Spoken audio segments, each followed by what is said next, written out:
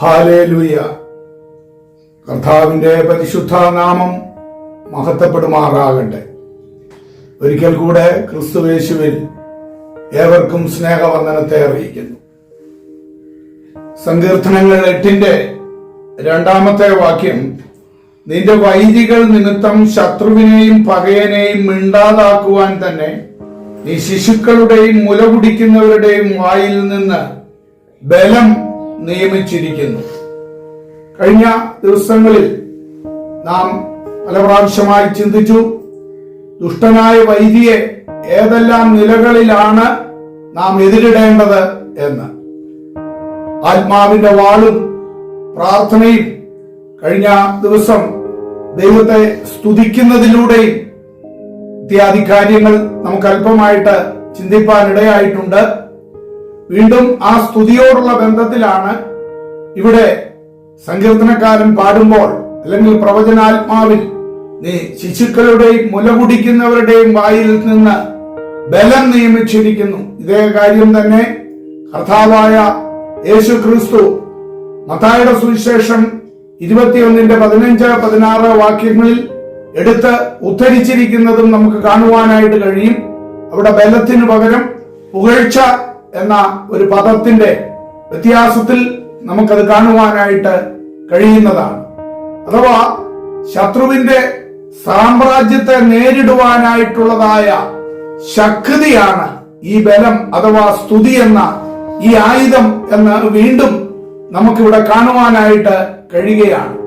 വായിൽ നിന്നാണ് ഈ സ്തുതി പുറപ്പെടേണ്ടത് എന്നതും നമുക്ക് ഈ ഭാഗത്ത് പ്രത്യേകമായിട്ട്, അഥവാ നമ്മുടെ നാവിൽ നിന്ന് ആയിരിക്കണം ആ പുകഴ്ച വരേണ്ടത് എന്ന് കാണുവാനായിട്ട് കഴിയുകയാണ്.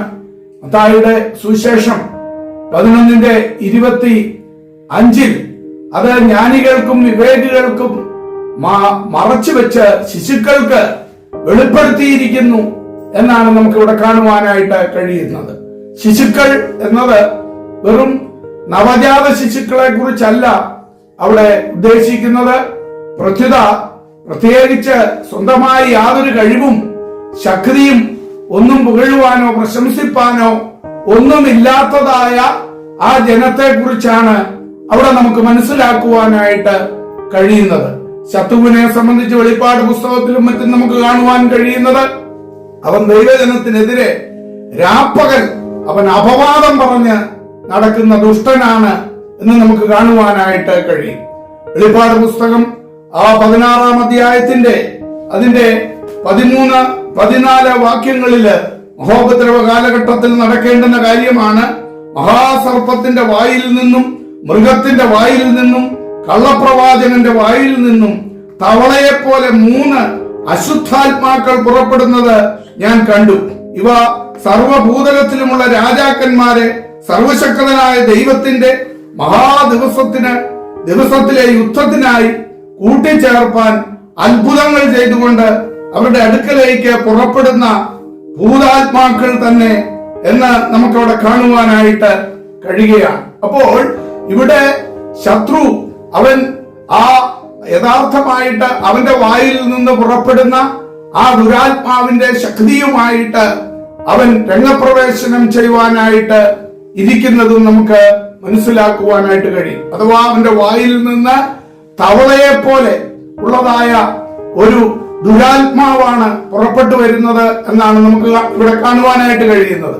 തവളയെ സംബന്ധിച്ചിടത്തോളം നമുക്കറിയാം, അത് രാത്രിയുടെ യാമങ്ങളിലും ഒക്കെ അതിങ്ങനെ തുടർമാനം വല്ലാത്ത ഒരു സൗണ്ട് കേൾപ്പിച്ച് അത് അലച്ചുകൊണ്ടിരിക്കും. അപ്പോൾ രാപ്പകലവൻ അപവാദം പറയുന്നവനാണ്, ദൈവജനത്തിനെതിരെ രാപ്പകലവൻ പോരാടുന്നവനാണ്.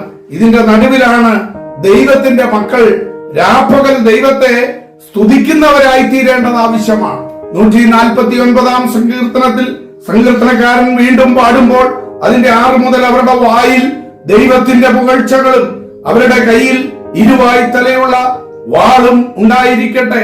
ജാതികൾക്ക് പ്രതികാരവും വംശങ്ങൾക്ക് ശിക്ഷയും നടത്തേണ്ടതിന് അവരുടെ രാജാക്കന്മാരെ ചങ്ങലകളാലും അവരുടെ പ്രഭുക്കന്മാരെ ഇരുമ്പ് വിലങ്ങുകളാലും ബന്ധിക്കേണ്ടതിനും എഴുതിയിരിക്കുന്ന വിധി അവരുടെ മേൽ നടത്തേണ്ടതിനും തന്നെ എന്ന് നമുക്ക് അവിടെ കാണുവാനായിട്ട് കഴിയുക. അപ്പോൾ ശത്രു അവന്റെ വായിൽ നിന്ന് തവളയെ പോലെയുള്ളതായ ആ ദുരാത്മാവിന്റെ ശക്തി പുറപ്പെട്ടുകൊണ്ടിരിക്കുമ്പോൾ ദൈവത്തിന്റെ മക്കളുടെ നാവിൽ നിന്ന് പുറപ്പെടേണ്ടത് ദൈവത്തിനുള്ളതാകുന്ന സ്തുതിയാണ്.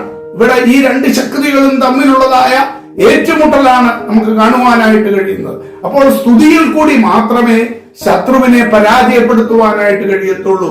ഇന്ന് പലപ്പോഴും പലരും ആരാധനകൾക്കും മറ്റും പോകുന്നുണ്ടായെങ്കിൽ തന്നെയും അവിടെ ചെന്ന് കാഴ്ചക്കാരെ പോലെ തിരിച്ചു പോരുന്ന അനുഭവവും, ഭവനത്തിലായിരുന്നാലും ദൈവത്തെ സ്തുതിക്കുന്ന അനുഭവത്തിൽ എത്ര പിശുക്ക് കാണിക്കുന്നവരാണ്, അല്ലെങ്കിൽ ശത്രു അതിന് അനുവദിക്കുന്നില്ല എന്നുള്ളതാണ് നാം മനസ്സിലാക്കേണ്ടത്.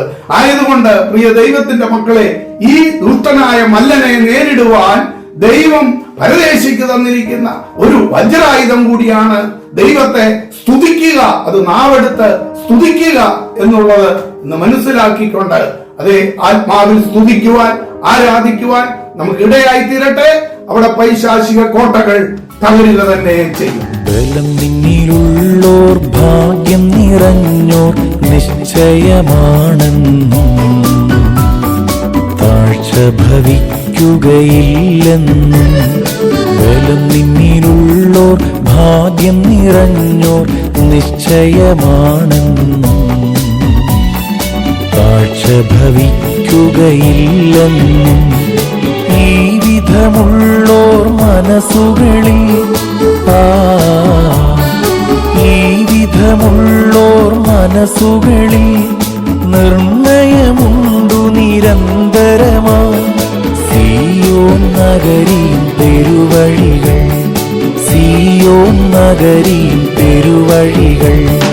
സേനയിലധിപൻ ദേവനിലതിയായി ആശ്രയം ഏവരുണ്ടോ?